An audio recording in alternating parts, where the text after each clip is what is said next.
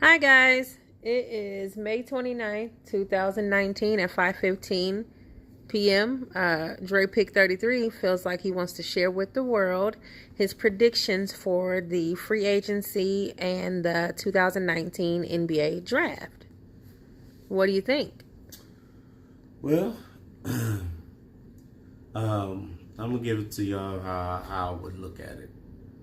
I'm a big LeBron fan, so my thing is that I feel that we will land a star. All this mess that everybody's been hearing about, they don't want to play for LeBron and they don't want to play with them. Please kill that. Kyrie, I have a 60% chance feeling that Kyrie will come to LA. With this fourth pick that we got, meaning the Lakers got, I believe that it will be, we could ship Lonzo Ball off to Chicago. As Lonzo go to Chicago, we'll get their 7th pick and maybe another player. We can be able to do a little bit more talking with the Pelicans for Anthony Davis. If they don't bite, which I don't know, David Griffin, it's possible that he may bite for it. I think that he will come this year. If not, then he'll definitely come next year. With that also, I believe that Kevin Durant and Kyrie will never join together, not in New York. If they would join together, it won't be a success. You got two of the same kind of people. What I mean by that is that neither of them are leaders. Kevin Durant wasn't a leader in OKC. Kevin Durant is not a leader in Golden State. Kevin Durant is not a leader. Pure scorer. One of the top 5 players But you don't think he's a leader? He's not a leader. There are certain things that that you have when it comes to a leader. A leader, by meaning taking over the game. He come to New York and it just be him and Kyrie. They will go slightly far in the Eastern Conference as far as maybe playoffs is concerned. But when you need that leader to do something more than score, you need someone to take over personalities. They're not those two people. It didn't happen for Kyrie when he was in Boston. That's why he had to call LeBron and tell him, I apologize for leaving because, hey, what you was trying to show me, I see that in these young guys now, which also lead me to believe that even though people are talking about this story, the narrative of what Kyrie want to hear, that, oh, he needed LeBron. LeBron could change the whole thing and say, no, bro, I need you. I'm going to be retired in 3 to 4 years. You can take this off to the promised land. Anthony Davis definitely will be there. If not this year, he's a total free agent next year. So he will definitely leave next year.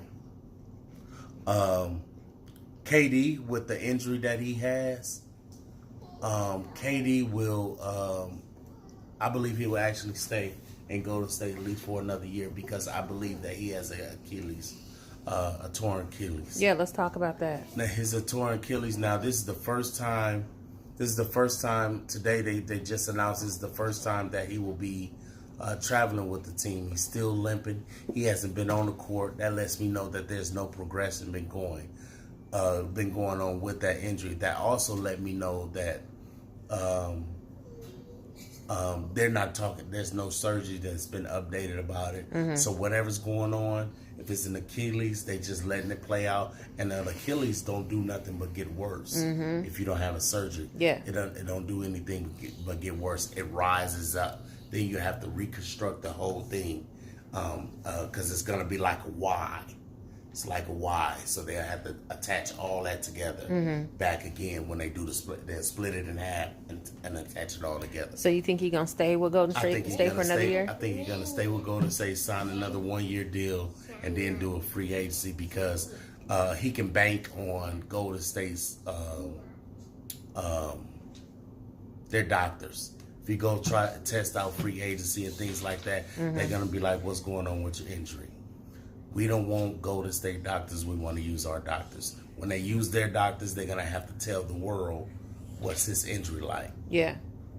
So if he would try to exercise that, he already know that's going to be a surgery that's going to be required, and then following by a possible 6 to 8 months to be able to rehabilitate.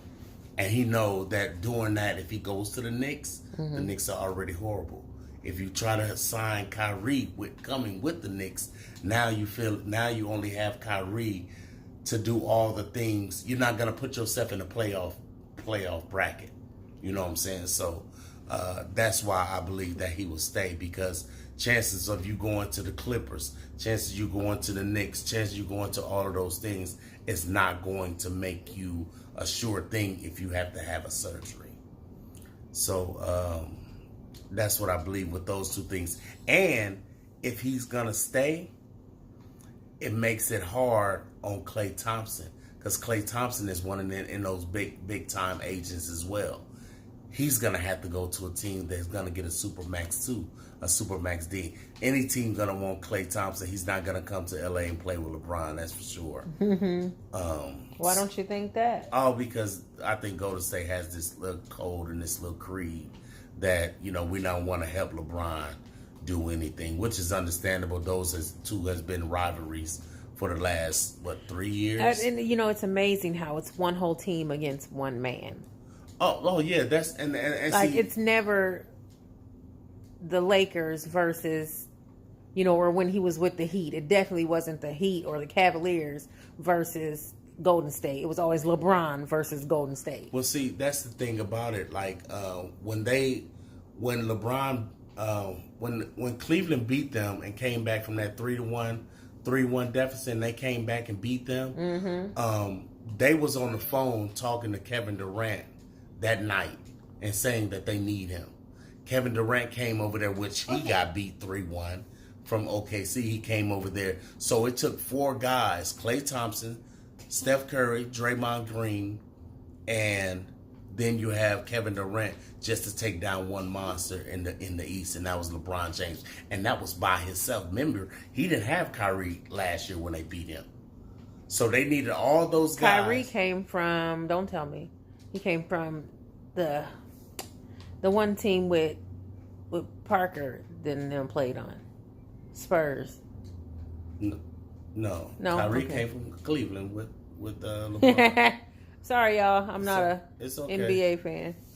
Yeah, he was over there with Cleveland, so he left them. And remember, LeBron took he took that whole Cleveland team, which was nobody left on there. They were definitely, he didn't have too much help like he did before. And it took all four of them. They beat LeBron. They beat him pretty bad. But it took all of them to do that. And now, and the whole storyline is the fact that they're saying that, well, LeBron did it with Miami. So this, you know, he started that, which, you know, Miami wasn't a 73-9 team, but that's neither here or there. So pretty much that's what I think about the NBA. The NBA free agency. Plus, it gets a big plus with the Lakers by them having that 4th draft pick and getting that boy from Vanderbilt. He's a good guy. He's good. So you got 1 minute. Okay. So who else? If the Lakers don't land someone like Kyrie or something like that, I believe it's still very well possible that Kawhi can come. I believe it's also possible that if they don't get one of those mega stars that's on the name, it's still possible that Jimmy Butler may come with an Anthony Davis or something like that, or Kemba Walker or something. It still will be a good look. So my prediction in whole for the Lakers itself, I believe the Lakers will win. Out of the 3 years that LeBron has on this contract, I still believe the Lakers will win at least 1 or 2 championships. So that's my take right now for the NBA free agency, and we're gonna see how it goes. June 30th, we'll probably do another post to see if it's accurate.